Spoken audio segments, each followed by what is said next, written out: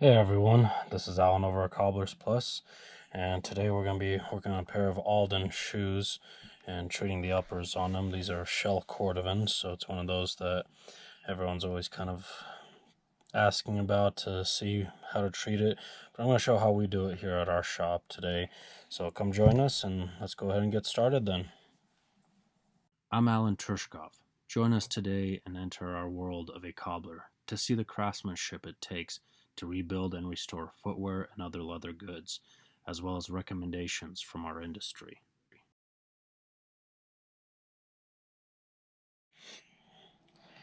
So the scenario here is a little different. I'm actually at home. I've been trying to finish these out. We did some new soles, some JR leather soles on it, so setup is a little different than what it usually is for me. But we're going to go ahead and get started.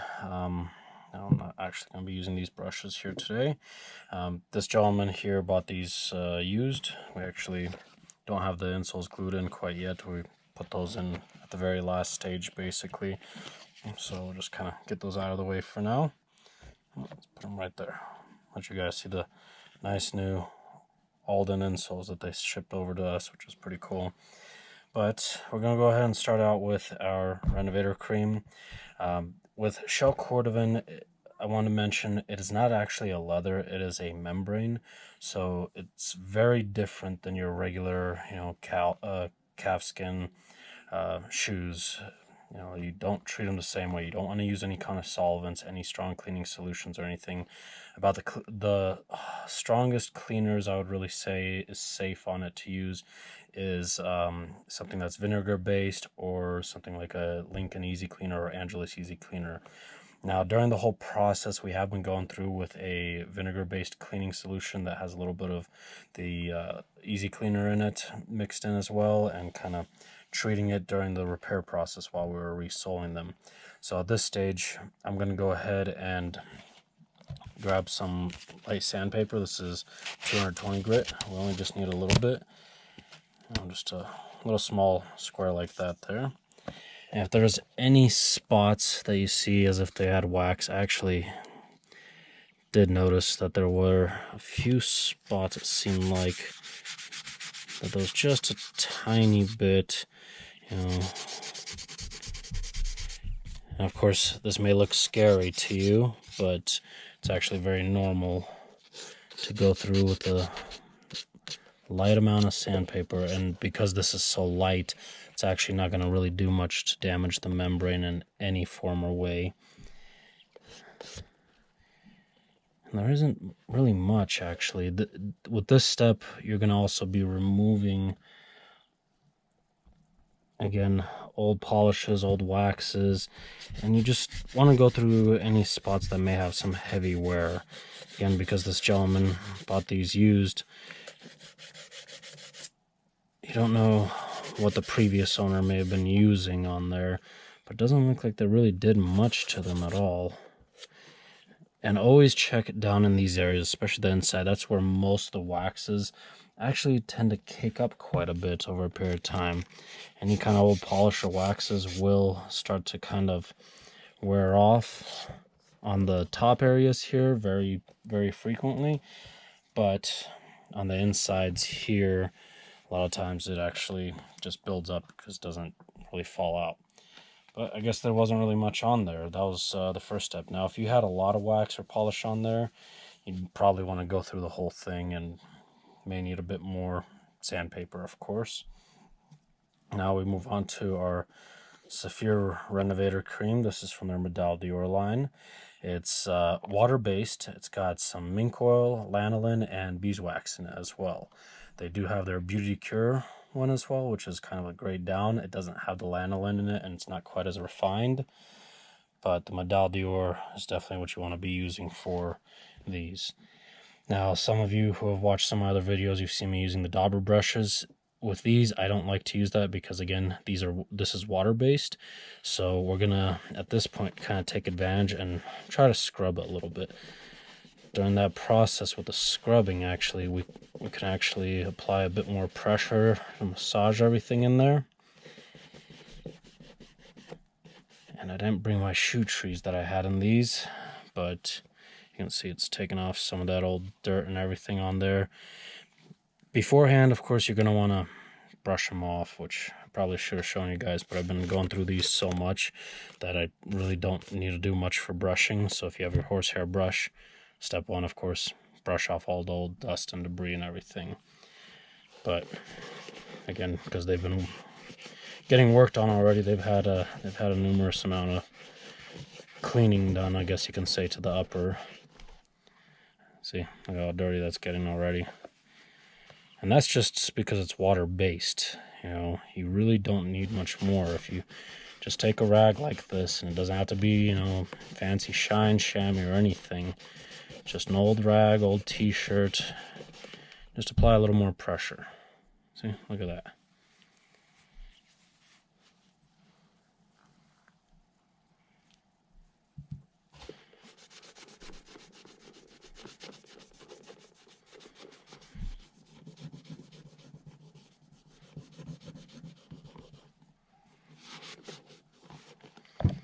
Now this Renovator Cream, of course, it's going to restore the nutrients and condition the leather as well.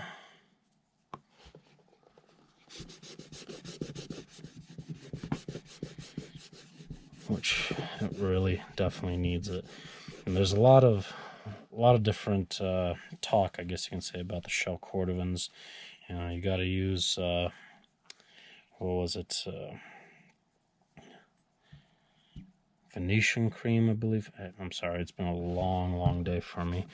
But there's a few creams that a lot of places and companies are always saying that's the only stuff you use on Shell Cordovan. Well, in reality, you know, the only thing you really want to make sure you're not using on it is anything that has solvents in it, because it damages it. But some of these more delicate creams and polishes that you may find out there, they're mostly water-based. And that's what you want to be using anyways.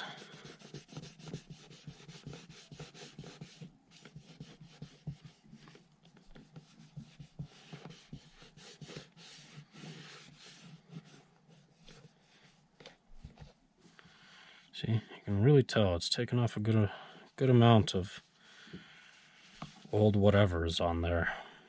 Sorry, I don't know what's exactly on there, and that's one of the downsides for our industry. We get a lot of shoes in with a whole lot of whatever on it. We don't know. Just had a pair of Pradas I was working on. The gentleman had something on there, and I have no idea what it was. Cleaners were not getting it out. And I had to resort down to sanding it a little bit by hand, kind of like I just showed you guys now. And it fixed the majority of it. There were a few spots that it was just very frustrating.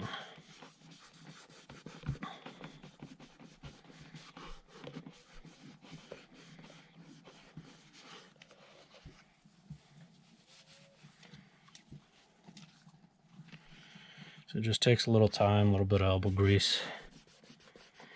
And Shell Cordovan, it's one of my favorite materials out there. I don't want to say leather, but it's one of my favorite materials for shoes and boots. Mainly because it's extremely durable. Very, very durable. The only thing is, of course, you want to make sure you're using the proper products on it. You know, if you're using cheap products that have alcohol, or, you know, even high-end products too that have, say, turpentine in them as well, you're just doing some serious harm for it. Maybe not immediately, but in the long run, you're actually really shortening that life expectancy of that upper significantly. So, you know, if you plan to have these for years and maybe even hand them down to your children or grandchildren, proper care of these things will last for generations. And I have had pairs come through the shop that have been handed down many generations. Probably go through that inside one more time.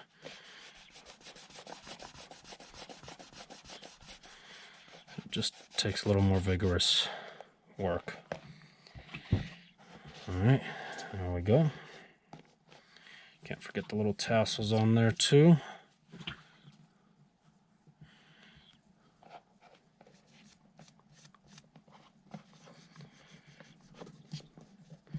And remember, you got tassels, take care of them just a little bit. Even the tassels have some stuff coming off of them. Got a little in between them, all that kind of good stuff.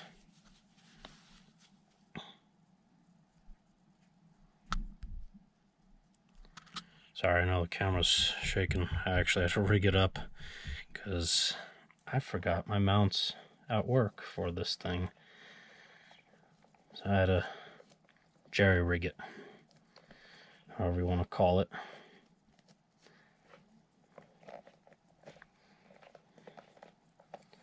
Beautiful.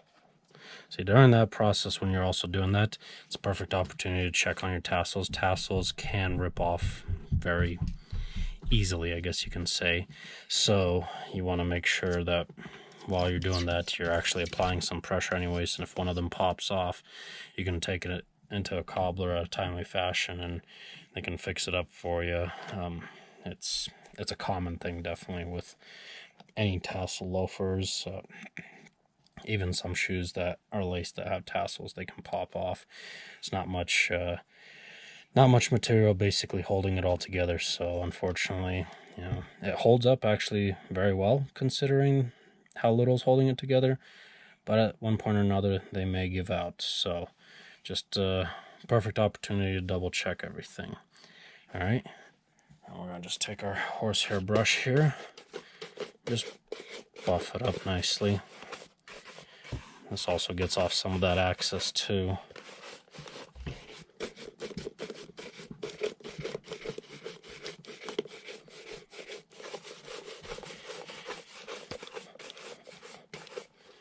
Now, Shell Cordovan, it's pretty much infused with a lot of great oils. And so, if you have a horsehair brush, your regular maintenance and care, if you wear them, say, all day long, before you head out the door and you plan to wear these shoes, get your horsehair brush out and buff them up nicely first. That friction while you're buffing with the horsehair brush, it helps bring out a lot of the natural oils. Now, if you do this on, say, a regular, you know, calf skin, leather of any kind or anything like that, you know, it'll remelt any waxes that you have in the polish that you used. With Shell Cordovan in particular, friction actually helps bring up some of those natural oils and gives it a nice little shine. So you can kind of give it see how it's looking so far.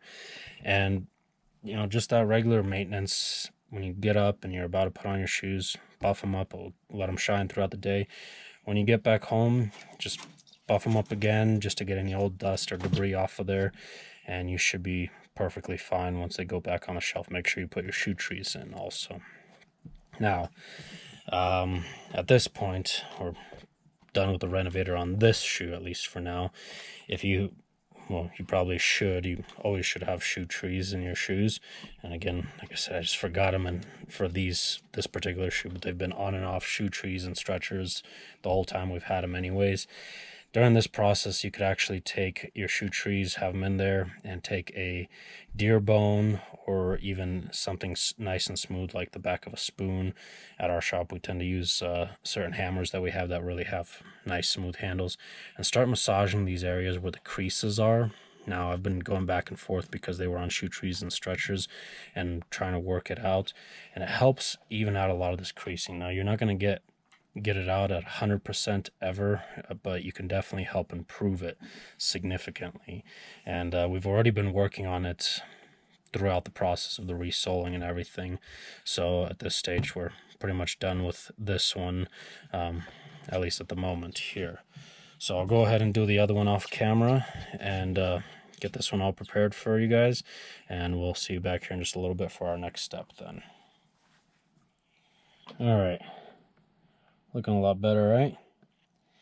Now, doing that treatment right there, what I just showed you with the Renovator Cream, that's something I'd recommend doing with Shell Cordovan maybe once every 1 to 2 months, depending how often you wear these. And it kind of helps restore the nutrients and gives it that shimmer a little bit as well too, because it's got a small amount of beeswax in there. But of course, we're going to take it the next step up. So we're going to move on to our Cordovan Cream from Saphir's Medaille line. Now this is formulated, it's got a higher concentration of beeswax as well as neatsfoot oil. And I saw a little while ago in a couple of groups that people were asking about neatsfoot oil directly for this. Just because this has neatsfoot oil does not necessarily mean that if you use strictly a formulation that has just neatsfoot oil in it, it's going to work 100%. This is formulated properly and mixed together in certain quantities between the beeswax and everything, where it's going to nourish the leather as well as protect it with that beeswax in there.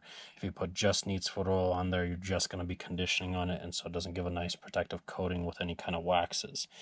Now the pore structure is very tight on these, so again, you want something that's going to penetrate into that tight pore structure a little bit better, and the neatsfoot oil will definitely do that nicely. In the Renovator, you've got the lanolin, which is going to penetrate it nicer.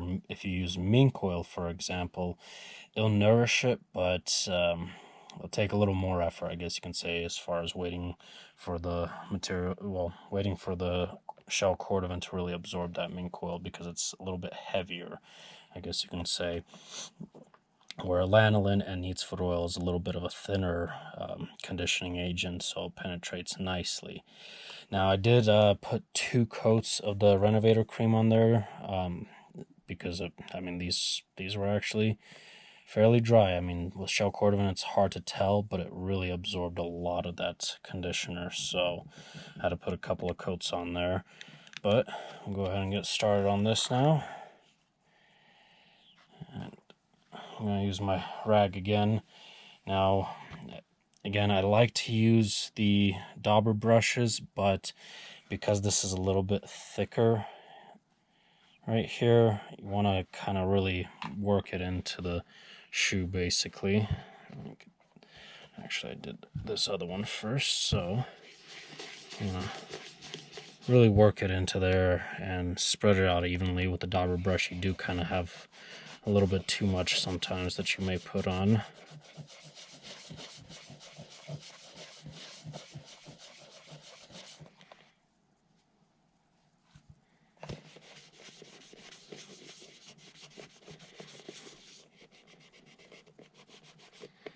Get all the straps and everything nicely underneath the straps. And you don't need much, just a little bit.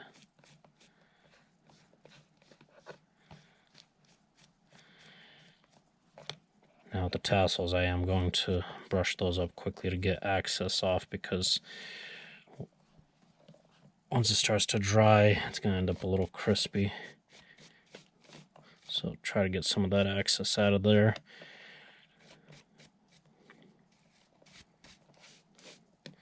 And we'll be buffing it over anyways later on, but to kind of get it going.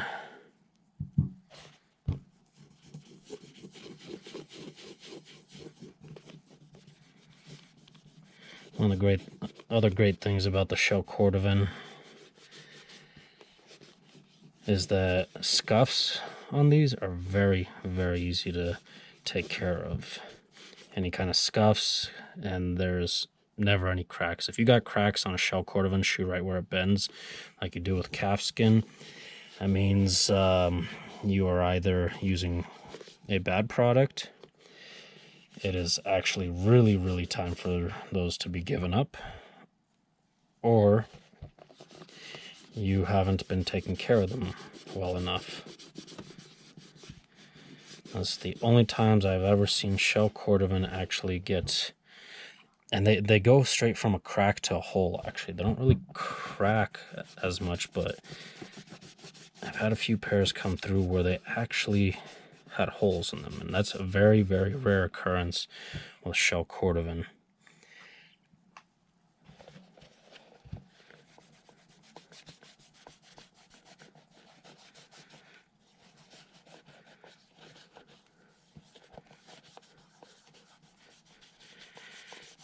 Now, because we got the beeswax in here, once this beeswax dries,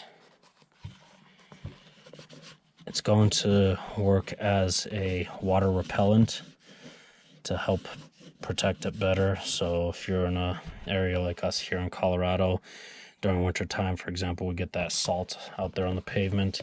And of course, you might not be wearing these during winter time, but come springtime, if it rains, that salt comes back up and mixes in with the water. And if you step in a puddle or something, you can get that salt back into your shoes.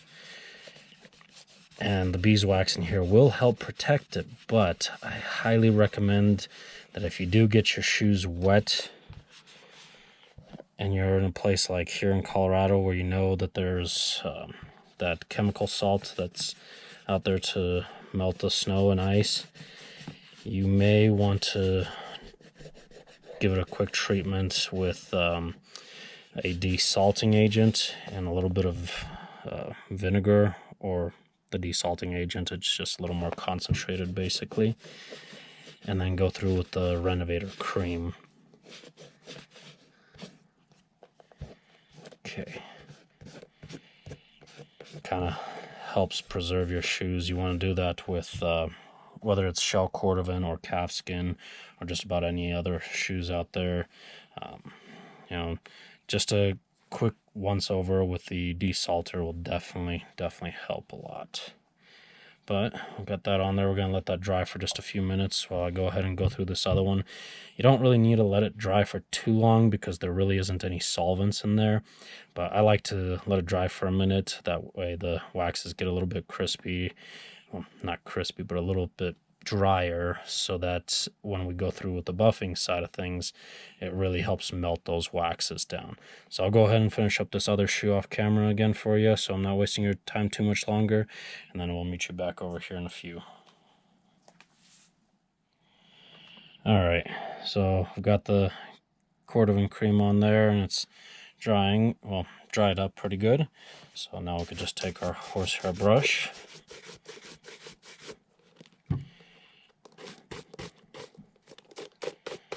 and just kind of buff things up. So I'll do the tassels first, so right above there, get them out of the way.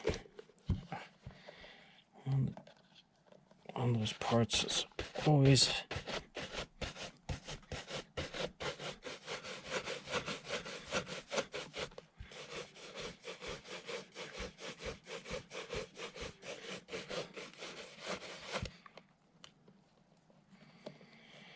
this is one of those things here with horsehair brushes.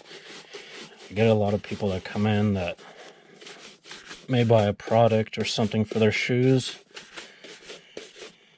and expect the shoes to shine right away. Well, it turns out they never used a horsehair brush afterwards. And a horsehair brush creates that friction where it remelts any waxes in whatever product they're using. And that's what gives that smooth finish and everything.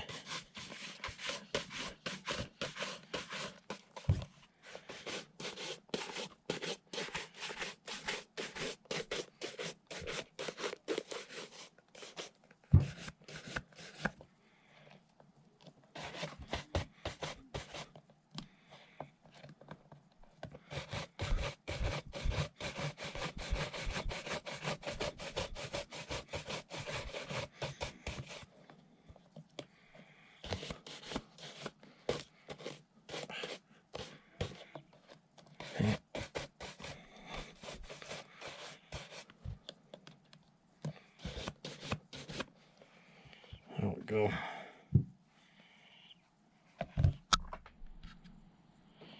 Alright.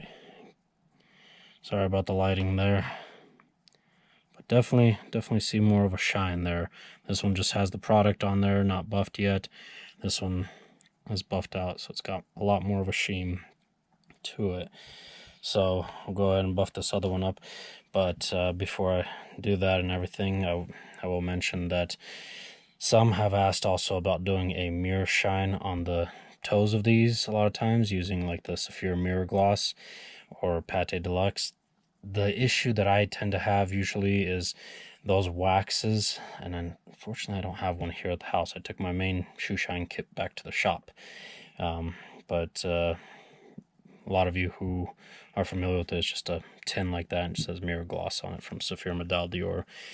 One of the problems with say the Pate Deluxe waxes, it's got turpentine in there, which is a solvent, and unfortunately solvents again are not good for this. If you really want to work on that mirror toe finish on there, you can, but stick to the mirror gloss, and definitely be a little more careful with it. You know, when you apply a coat on there, make sure you allow each coat to dry for at least 5 to 8 minutes on there, to allow those turpentines to evaporate. On say regular calfskin leathers, you just layer, and you can layer and layer. You don't have to give, you know, huge increments between each layer basically to dry or allow the turpentines to evaporate.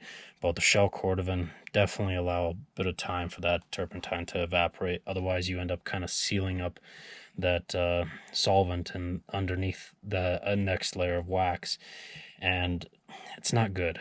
You know, me personally, if these were mine, I wouldn't want a mirror gloss finish on the toe. In my opinion, I don't like that look. Not on a Shell Cordovan. Shell Cordovan should look naturally beautiful and everything. You should appreciate it in such a manner. There are a lot of other great shoes out there that would be perfect for a mirror gloss finish on the toe caps and the heel, but Shell Cordovan, I like it this way. It's the same thing with, say, like oiled leather. Naturally, it's going to start to show a little bit of, you know, wear and everything, but, you know, don't try to force anything on the shoes ever, on the type of different leathers, whether it's oiled leather, nubuck, suede. I've seen people do some weird stuff with that kind of finish, and Shell Cordovan in this case too. Allow the natural beauty of the shoe to really show through and everything. Even if it's got a little more wear, maybe some nicks and scuffs or something, it's gonna happen. It just shows that you wear your shoes, and you know, enjoy them. You know, just really enjoy them. But anyways, I'll go ahead and buff this one up, and I'll finish out the rest of this video at the shop. It's a little late here, but also I want to do some final touches on these before I finish out the video with you guys, and that way I'll also be able to show you the mirror gloss and Pate Deluxe. So we'll see you guys back, and for you it'll be a few seconds, for me it'll be tomorrow morning. So I'll end up seeing you guys here in just a little bit then. Alright, scenario change for back at the shop, like I mentioned. So I did go through on the buffer a little bit more to try to get everything nicely buffed up, because our buffers, they do have a buildup of some waxes as well. And because the waxes have sat in those, the turpentine has already evaporated, so there's no turpentine on the buffers, and it kind of allows us to buff it up just a little bit more. Now again, we're not trying to go for that mirror shine or anything on it, but it still has a nice finish to it. So looks better, doesn't it? Stage, if you're wanting to do a mirror gloss toe finish, say you have you know, just like a toe cap style or some kind of like a brogue patterned one as well, you can do the mirror gloss on it. Most people are familiar with using things like this here, Kiwi, the Pate Deluxe is my personal preference, of course, Angelus, Lincoln. Most of these products, they of course have solvents, whether it's alcohol based or turpentine. Some of them apparently have even acetone a little bit in there. You got to keep in mind there's a higher concentration of those solvents in there, so I don't recommend using this or any other types of products like that. What you do want to look for is something like this here, the Saphir Mirror Gloss, and this is the only one that I really like. There are a few other brands out there that make their own versions of Mirror Gloss that have a lower concentration of solvents in there, but again, on a Shell Cordovan, my personal preference, I can't stand the Mirror Gloss finish. You're taken away from the natural beauty of the Shell Cordovan. But if you're somebody who really wants to go with this, allow a good amount of time for the solvents to evaporate out of there in between each layer. So say you put a layer on, give it about 5 to 8 minutes roughly to dry, then put another layer on, and just that's how it works with mirror gloss finish, or high gloss toe finish, you got to layer it and layer it. With calf skin, you can continuously keep layering it, buff it, layer it, buff it, where with the Shell Cordovan you want to do it in increments and allow everything to really dry out nicely. But yeah, I think we got all the points here for today. There are, of course, other products. There's Venetian shoe cream, Big Four as well are great ones too. The only issue that I have with say Big Four, they're not recommended by the company, the Horween company that makes this Shell Cordovan. The Horween leather company who makes this actually, well, processes the Shell Cordovan, they recommend using Venetian shoe cream. I like Venetian, it's not bad, definitely, but Saphir is very close to my heart. I mean, it's definitely hands down the best product. Their products are formulated to do specific tasks, and for your highest outcome, for the highest shines, you know, quality shines, longevity and everything, you want a product that is specifically formulated for each individual task. Where Venetian shoe cream, for example, it's a kind of a product that does a little bit of everything. That's how they promote it, and I'm not too happy about that. Of course, they don't disclose their key ingredients, which is another downside, but hey, if Horween Leather Company says use that product on their Shell Cordovan, you know, go for it if you'd like to.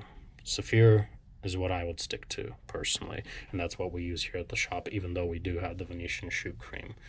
But at this point, I just gotta go ahead and finish out the video on the resoling. If you want to check that out, I'll leave a link in the description as well on how we ended up resoling these and everything. We got the new insoles glued in there, look a lot nicer. The old ones were kind of worn out, as you can tell there. But if you want to check that video out, make sure check out the link in the description down below. And it's of course going to be a longer one than the regular care video, but if you've been enjoying them, definitely check it out. Also, don't forget to subscribe and hit that notification bell icon if you want to see more videos on how we polish shoes, how we maintain and treat them, how we repair and resole them, recommendations on different things, as well as product testing and recommendations. We're trying to get more and more into that product testing as well, just because there are so many products out there, and we'll give you our point of view on it and leave you with the decision making on that end afterwards. If you have any questions or comments, feel free to leave them down below. You can always stop by if you're local here in the Denver area. If you're not, you could always send us a message or give us a call. Just go to our website, cobblersplus.com. All of our contact information is there, as well as if you want to ship things in for us to work on, whether it's you know, belts, purses, shoes, boots, whatever it may be. We do a lot of leather work as well. You know, you could always follow the instructions on our ship and order tab and ship them out to us, and we'll be more than happy to service whatever items you may need worked on. And again, we'll just see you next time then.